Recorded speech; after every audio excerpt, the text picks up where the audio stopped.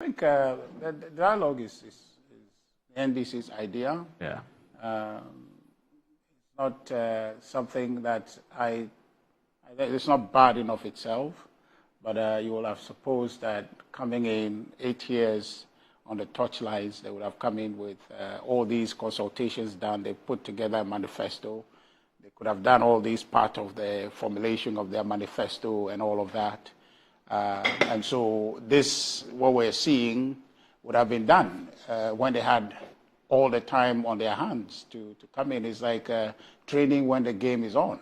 They would have trained, rehearsed, and have their policies and programs in place to come in and resolve the issue. One would ask, everything they said about the economy during the 2024 election was just suppositions, was just fake. That's why you just made up allegations about the economy. What the solutions they were proposing during the election, what were those? Were they reasoned proposals or just proposal pulled just randomly out of the hat just to convince people? So is it possible to say that anything they said about the economy they will do, they will not do during the election, can that be taken seriously?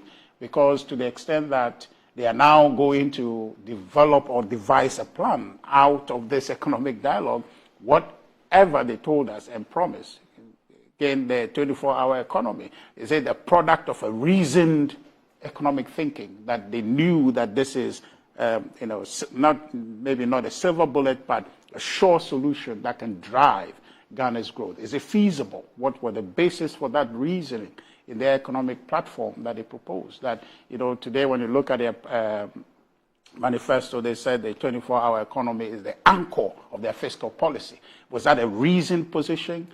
Would that change if the recommendation from the National Economic Dialogue proposes something contrary to the 24-hour economy and say this is not feasible, that something else is the way to go? Would they just jettison that? What really was the platform they brought for the election?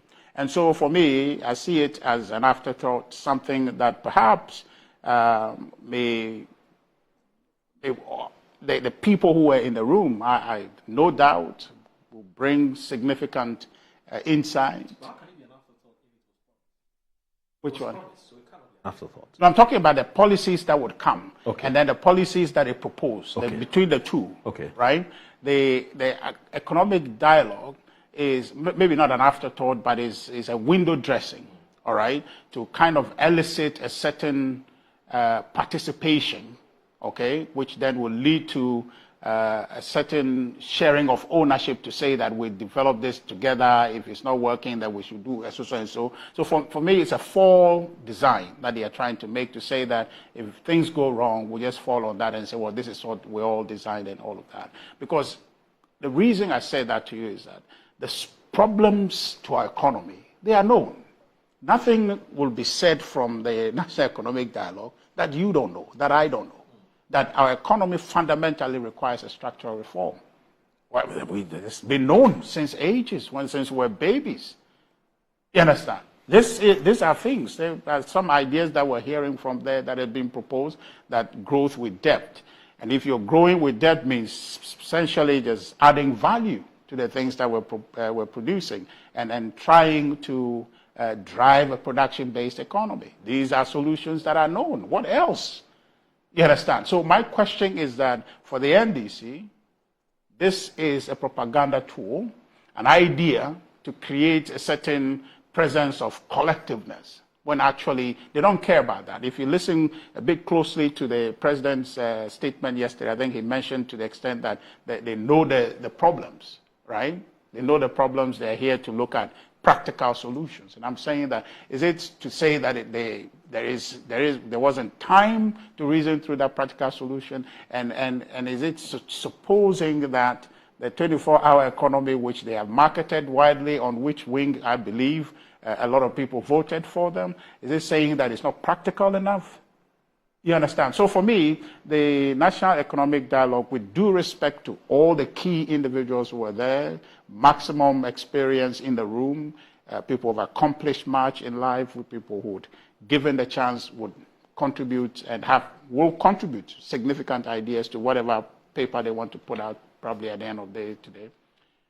That exercise, for me, is a political exercise by the NDC, not an honest effort, which is the reason why we will not be there. We were not there. But when they are finished and come to Parliament, to their programs and policies, we'll engage in a debate to support constructively criticizing and offering alternative ideas on the floor of Parliament, because that's where the action is going to take place. The dialogue is a talk place collecting ideas, which ideas we believe they should have known already, because otherwise, what was their campaign message, you know? So truthfully, if the NDC prioritizes what ideas are coming from there, I will tell you that it's not going to be any different from what we know, which I believe they should have known.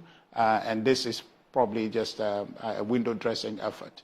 But the appearance that the NDC is trying, or the impression, I should say, that the NDC is trying to create to do with collective participation, and therefore MPP not being there is bad on our part not to be there. I find that to be laughable, because look, you must act in good faith. Here you have a president who's taking over a growing economy, a president who left a contracting economy and has come to inherit a recovering economy, is characterizing that economy as having been mishandled. That person, if you go to that conference and tell him what the problems are, he won't listen. He won't implement them. There's no use to conjoin with that forum, because the ideas that they are going to come up with are pretty much the same ideas that we've been implementing.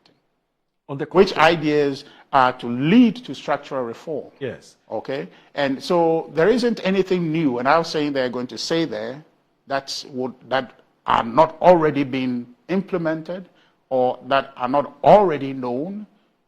What we require is the implementation of programs and policies to drive the growth that we're picking up.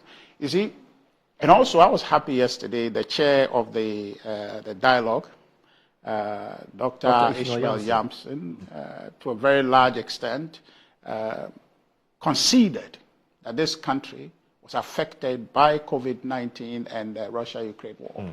I think that was the first time I have seen that admission, and I think that is instructive and should inform, okay, NDC's communication and policy discussions going forward. But that has never been in doubt. But it has been in doubt. Why? The NDC has never accepted that. I've been on many platforms and I've been here. They've never accepted that. What I have heard is, yes, they're having some impact. I think that the point of debate is the extent or the degree. Who has measured the extent? Because what way you can just say that yes, but then they focus on what else they want to argue. But if you are properly given, more or less weight to the event, you realize that if you are healthy, okay, this morning you are healthy, we will assume that you perform at your maximum best. Right. But if for some reason you are under the weather and your performance is affected, right, we'll judge based on that impact. If that's, if it be it cold or flu didn't happen, your ability to perform at your best will never be questioned. You understand? But of course, if one day you are healthy and you come and you don't perform well, we can ask, so I just have so much on my mind. That can be processed. So there are two different situations. So we have a malady, which malady is the COVID-19 and the Russia-Ukraine war, exacerbating and worsening situations. The supply chain shock, which was born out of the Russia-Ukraine war, is a consequential effect that affected not only Ghana, but all the countries, even in the first world.